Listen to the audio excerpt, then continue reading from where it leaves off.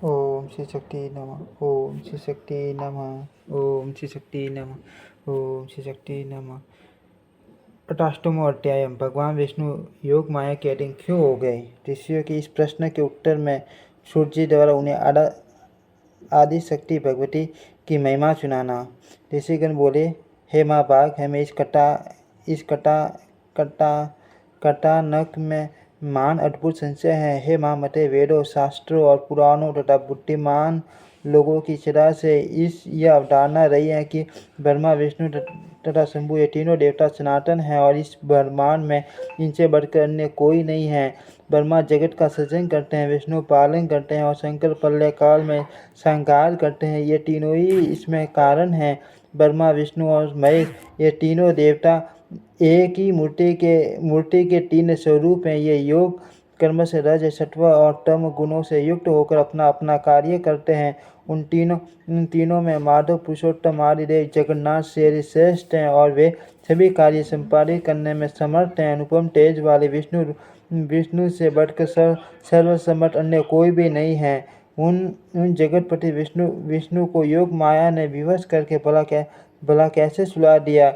उस समय उन विष्णु की चेतना कहाँ चली गई और उनके जीवन की चेष्टा कहाँ लुप्त हो गई? हे वहाँ वाक या महान संत उपस्थित हैं, आप इस विषय में यथोचित बताने की कृपा करें। जिस शक्ति के विषय में आप पहले बता चुके हैं कि उसने भगवान विष्णु को भी पराभूत कर दिया था, वह कौन सी शक्ति है? वह शक्ति कहाँ से उद्भूत हुई? शक्ति संपन्न कैसे हुई तथा उसका स्वरूप क्या है? हे सूरवर, ये सब हमें स्पष्ट रूप से बतलाइए। जो विष्णु है वे तो सबके ईश्वर, वासुदेव, जगत के गुरु, परमात्मा, परम आनंद स्वरूप तथा सच्चिदानंद की साक्षात मूर्ति है। सब कुछ करने में समर्थ है, सबका पालन करने वाले, सभी सरासर का सृजन करने वाले, रजोगुण से रहित, सर्वव्यापी और पवित्र है।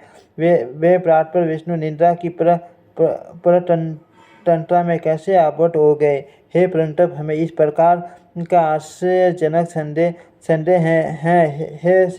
हे सटु, हे व्यास शिष्य, हे माँ मते, आप अपने ज्ञान रूपी एक खड़ग से हमारी संदेह को नष्ट कर दीजिए। सूर्य बोले, हे मुनिजन, इस राशि जगत में कौन ऐसा है जो इस शंका का समाधान कर सके? जबकि ब्रह्मा के पुत्र सनकादि मुनि तथा नारद, कपिल आदि भी इस विषय में मोहित हो जाते हैं। मुनि श्रेष्ठ, है माँ बाघ, तब इस जटिल समस्या के समाधान में मैं क्या कहूँ? देवताओं में भगवान विष्णु ही सर्वव्यापी एवं सभी भूतों के रक्षक कहे गए। उन्हीं से इस समस्त विराट संसार की सृष्टि हुई है। वे सभी देवता प्रातः परमात्मा को नमस्कार करके नारायण, ऋषिकेश, वासुदेव, जनार्दन रूप में उनकी उपासना करते हैं। कुछ लोग महादेव, शंकर, शशि शेखर, त्रिनेत्र, पंचवक्त्र, शूलपाणि और वृषभ ध्वज के रूप में उन्हीं की उपासना करते हैं। सभी वेदों में मैं भी त्र्यंबक, कपटी, पंचवक्त्र,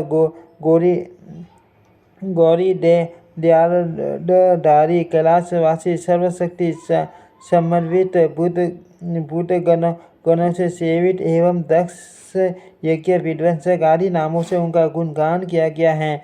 हे माँ भाग, वैदिक विद्वान लोग सूर्य आदि नामों से भी नित्य प्रातःचार्य तथा मध्य काल में संध्या करते समय विविध प्रकार की स्तुतियों से उन्हीं की प्रार्थना करते हैं। सभी वेदों में सूर्योपासना श्रेष्ठ कही गई है तथा उन महात्मा का नाम परमात्मा कहा गया है। वेदों में सर्वत्र वेद यज्ञों द्वारा देव की भी स्तुति की गई है। वहाँ त्रिलोकेश, इंद्र, वरुण तथा अन्य देवताओं की भी स्तुति की गई है।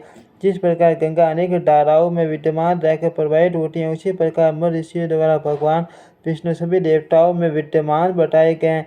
मनीषी विद्वानों ने 3 प्रकार के मुख्य प्रमाण बताए हैं: प्रत्यक्ष, अनुमान और तीसरा शब्द प्रमाण। अन्य न्याय के पंडित 4 प्रमाण मानते हैं: प्रत्यक्ष, अनुमान, उपमान एवं शब्द प्रमाण। परंतु अन्य मीमांसा के विद्वान लोग अर्थपति को लेकर 5 प्रमाण मानते हैं। पौराणिक विद्वान 60 प्रमाण बताते हैं।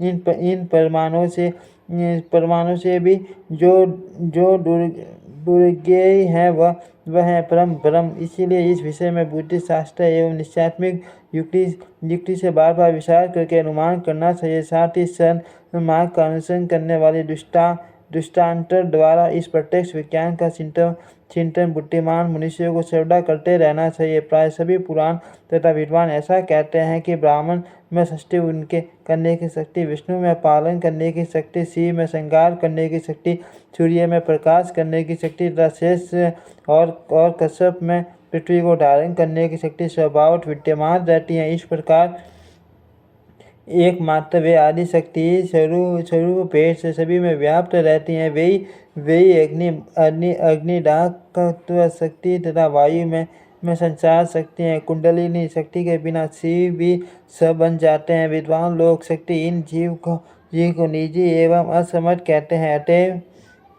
अतः हे मुनिजन, ब्रह्मा से लेकर तनु पर्यंत सभी पदार्थ संसार में शक्ति के बिना सर्वथा है, क्योंकि स्थावर जंग सभी जीवों में वह शक्ति काम करती। यहाँ तक कि शक्तिहीन पुरुष शत्रु पर विजय होने चलने फिरने तथा भोजन करने में भी सर्वथा समर्थ रहता है। वह सर्वत्र व्याप्त रहने वाली आदि शक्ति ही ब्रह्म कहलाती है। बुद्धिमान मनुष्य को चाहिए कि वह अनेक प्रकार के यत्नों द्वारा सम्यक रूप से उसकी उपासना करे तथा उसका चिंतन करे। भगवान विष्णु में सात्विक शक्ति रहती है, जिसके बिना अकर्मण्य हो जाते हैं। ब्रह्मा में राजसी शक्ति है, वे भी शक्तिहीन होकर सृष्टि कार्य नहीं कर सकते। और शिव में तामसिक शक्ति रहती है, जिसके बल पर वे संहार करते संपादित करते हैं। इस विषय पर मन से बार बार विचार करके तर्क वितर्क करते रहना चाहिए। शक्ति ही संपूर्ण ब्रह्मांड की रचना करती हैं, सबका पालन करती हैं और इच्छा अनुसार इस राशि जगत का संहार करती हैं। उसके बिना विष्णु, शिव, इंद्र, ब्रह्मा, अग्नि, सूर्य और वरुण कोई भी अपने कार्य में किसी प्रकार भी समर्थ नहीं हो सकते। वे देवगण शक्ति युक्त होने पर ही अपने कार्यों को संपादित करते रहते हैं। प्रत्येक कार्य कारण में वही शक्ति प्रत्यक्ष दृष्टि गोचर होती है। मनीषी पुरुषों ने शक्ति को सगुणा और निर्गुणा भेद से दो प्रकार का बताया है। सगुणा शक्ति की उपासना आसक्त जनों और निर्गुणा शक्ति की उपासना आसक्त जनों को करनी चाहिए। धर्म, अर्थ, काम और मोक्ष, इन चारों पदार्थों की स्वामिनी वे ही निर्विकार शक्ति हैं। विधिवत पूजा करने से वे सब प्रकार के मनोरथ पूर्ण करती हैं। छला माया से घिरे हुए अज्ञानी लोग उस मां शक्ति को जान नहीं पाते। यहाँ तक कि कुछ विद्वान पुरुष उन्हें जानते हुए भी दूसरों को भ्रम में डालते हैं। कुछ मन बुद्धि पंडित अपने उदर की पूर्ति के लिए कली से प्रेरित होकर अनेक प्रकार के पाखंड करते हैं। हे माँ भागो, इस कली में बहुत प्रकार के अवैधिक तथा भेद मूलक धर्म उत्पन्न होते हैं, दूसरे युगों में नहीं होते। स्वयं भगवान विष्णु भी अनेक वर्षों तक कठोर तप करते हैं और ब्रह्मा तथा शिव जी भी ऐसा ही करते हैं।